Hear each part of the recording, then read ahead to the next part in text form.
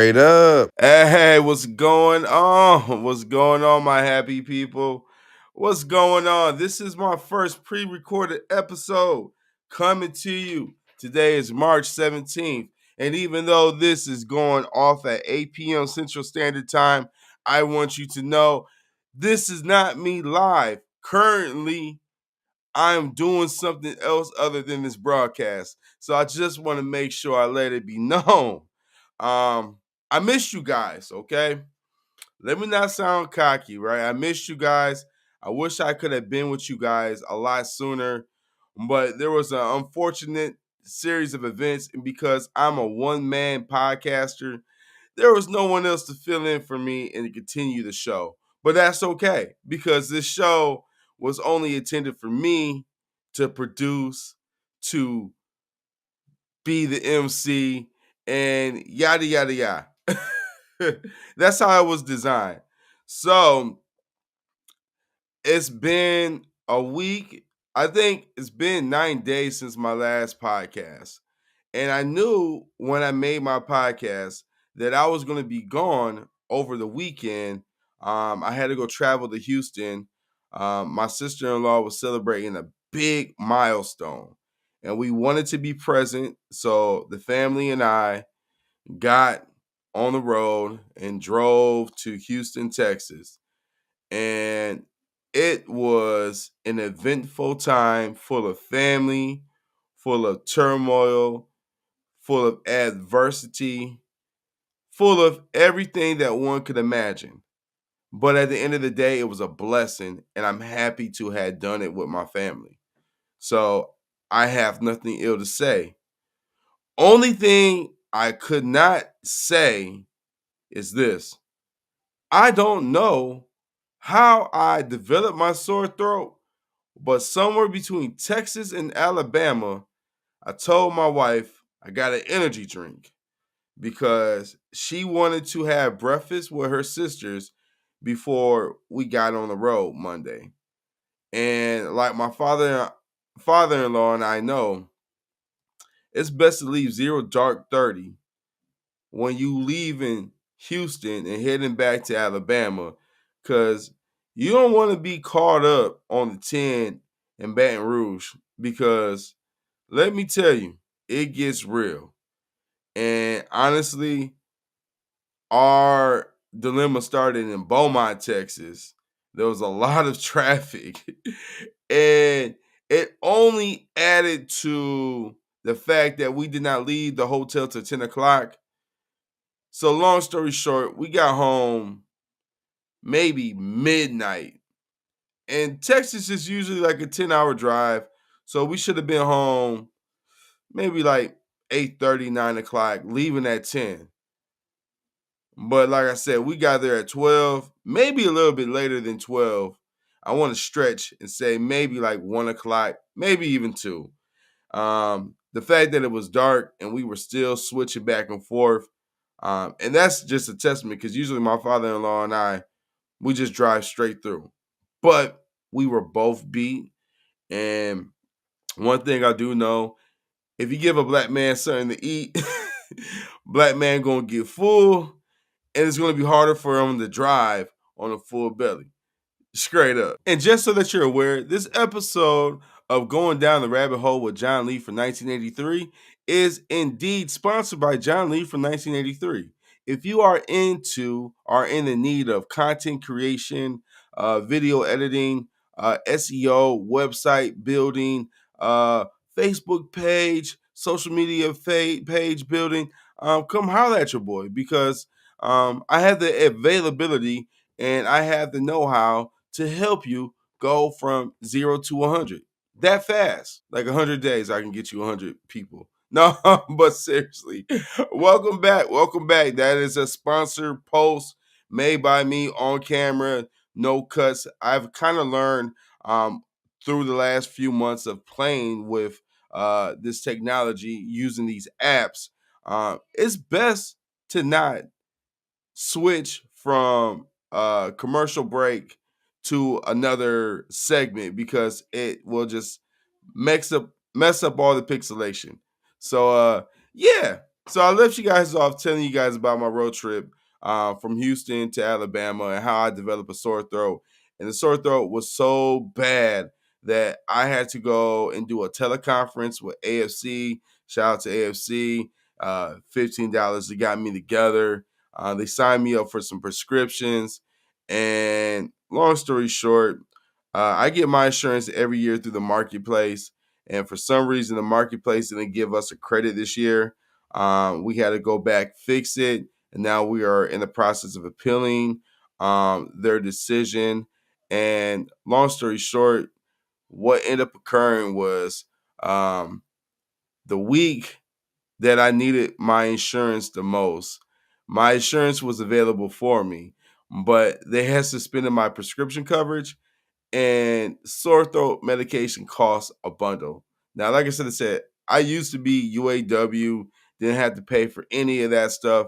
But now, I take care of my stuff for the most part, and I'm in the process of getting that part addressed. But listen, I realize the value of being humble and showing humility. I was at Walgreens filling my prescription. The first day, the lady's like, "You got to pay full price." I was like, "Okay, how much is it?" She was like, "It's $30 a prescription." I'm like, "Okay, $60. Cool, no problem. Wife needs it. We're going to get it." I go back for myself. She's like, "One of your prescriptions are $70 and the other one's going to be $200." I said, "Whoa, whoa, whoa, whoa." I said, "That's a pair of Jordans." Like, if I'm gonna pay that type of money, I want to be able to wear them because that's what I equate to paying that type of money to a pair of Jordans. So she's like, "Nah, use this good RX." She's like, "Go to this website, put this in, and see if they got a generic prescription." I did it. Got myself half off, and I got one reduced all the way down to like $4 or $5. Long story short, I ended up paying like $53 when I almost was gonna pay $270. So I said, "God, thank you. God, that's part of my testimony. I gotta let people know." In addition to that, Walgreens has their own like prescription card to save you a couple of dollars, even if you have insurance. I learned a little bit about being humble and humility. So I wanted to go ahead and run that savings onto you. I definitely will move forward using good RX because I could not talk to you guys today if I had not had those prescriptions in addition to ibuprofen, which I'm a person who likes to say I don't like to take a medication unless I need it. But this week I definitely needed it, and all glory to God. I'm happy I can swallow now because earlier this week I couldn't do no such thing, and it was a struggle just to take water down your throat. That was something I did not foresee myself being in, and I'm such a pain. I'm such a punk when it comes to pain that every time I get sick, I'm like, "God, take me out. I can't deal with this. I can deal with a lot of stuff. I could deal with someone being upset with me. I could deal with you bumping into me. But if I get like loose booty syndrome and I'm coughing and hacking, I got a lot of mucus, God, I'm ready to go home." That's just me though. I don't know about you. But anyhow, just give me a moment and we're gonna get into the verse of the day and we're gonna get into my daily bread. So stay tuned. Straight up. It's been a long time. I shouldn't have left you. Well, the verse two, step two, step. But look though, no, for real, this is Mama Nisi's verse of the day. So let me just go ahead and give it to you like she gave it to me. 7 o'clock in the morning on a Sunday. And it says, "Make every effort to live in peace with everyone and to be holy. Without holiness, no one will see the Lord." Hebrews chapter 12, verse 14. Hey, I like that 12:14. If you know anything about me, on 7/7, I was born at 12:14 on a Thursday in 83. Um, that's a blessing. Let me go ahead and run that back again. Make every effort to live in peace with everyone and to be holy. Without holiness, no one will see the Lord. So, case in point, um, one of the people I live with, see the ring on the finger, my wife. Um, I'm learning, even with being a grown man. Sometimes we like to say bait, and sometimes we don't intentionally throw out bait, but the person perceives it as bait, so therefore it is bait in our household. But it's really, really important to understand this. Um, when you learn how to live in peace with your significant other, it only quantifies everything else. Like if you can live and not have friction in your home, like that just goes over in ways in the workforce in the real world that you have no idea, because if you can deal with the adversity that you might face inside your home, then you can deal with anything that the world has to offer, because at the end of the day you get to leave there and you get to go home. But the person that you go home to, if you can learn how to master that, that is a message. That is a blessing. That is something that I can't yet quantify. So, Mama Nisi, as always, love you. Thank you so much for the verse of the day. Please feel free to make this applicable tomorrow, the day after, and any other day. Don't be like, well, John, you just gave it to me at 8 o'clock tonight, 9 o'clock Eastern time, 7 o'clock Mountain time, 6 o'clock Pacific time, or it would probably be like 5 o'clock Pacific time. Like, so how's that applicable to today? Use these verses whenever you want to use these verses, okay?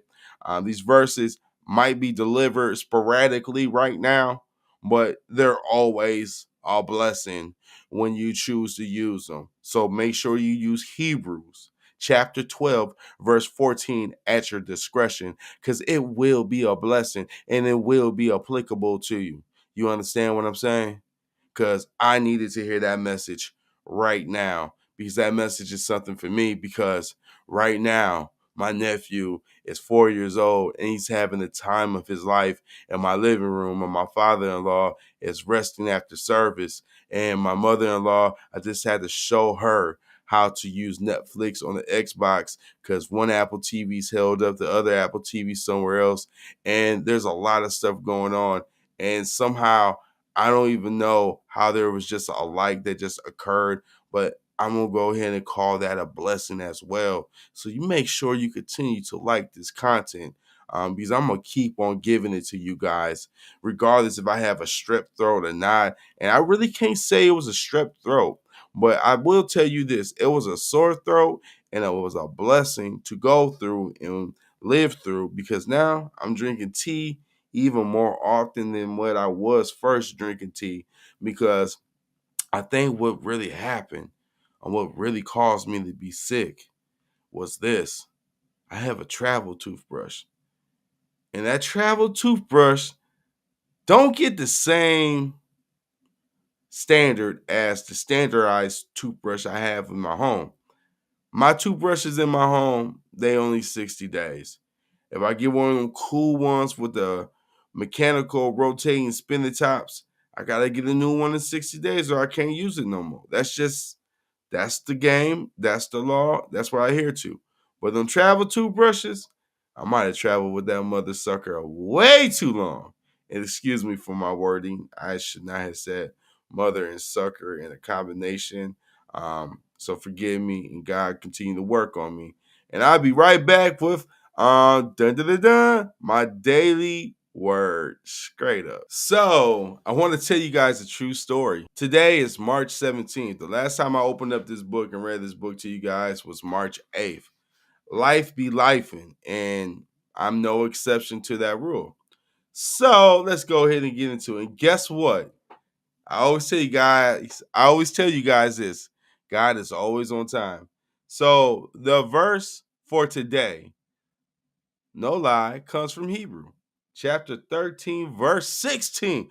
I just read y'all chapter 12, verse 14. Let's see what it says. It says, do not forget to do good and to share with others, for with such sacrifices, God is pleased. Amen. And the title of this daily bread is Look Out for One Another. Having good neighbors is vital, especially during difficult times. Just ask Minnesota farmer Scott L. He was seriously injured in an auto accident when he tried to avoid hitting a puppy and swerved off the road. Doctors said he couldn't return to work for several months. This meant he won't be able to harvest his crops, his only source of income. Once the word spread in town, local farmers rallied to harvest his crops for him. Mr. L said, I'm lucky to live in a community where people have always looked out for each other. Caring for one another is what believers in Jesus are called to do. Reflecting Jesus' sacrificial love, the writer of Hebrews reminds us to not forget to do good and to share with others. Because of our appreciation for Christ's death on the cross, we can demonstrate the depth of our love for Him through good works, kind and practical actions that benefit others. Living for others and sharing our resources with them are sacrifices that are pleasing to God. As God provides what we need, let's choose to keep on loving one another as brothers and sisters. Through hospitality and caring for all people, we live out His commands to truly love. Love that. Now, let's get into the questions. And that message was brought to us by Marvin W. What does it mean for you to love others the way Jesus does? To me, it means to sacrifice and give to others my best, either my best effort, the best I have to offer.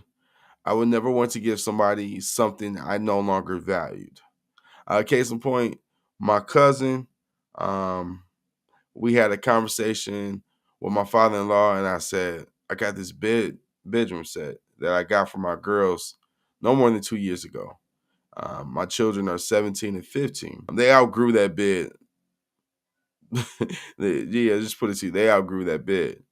So I said, I would really like to give this bed to someone, but I really don't know who to give it to. So I try to offer it to my neighbor.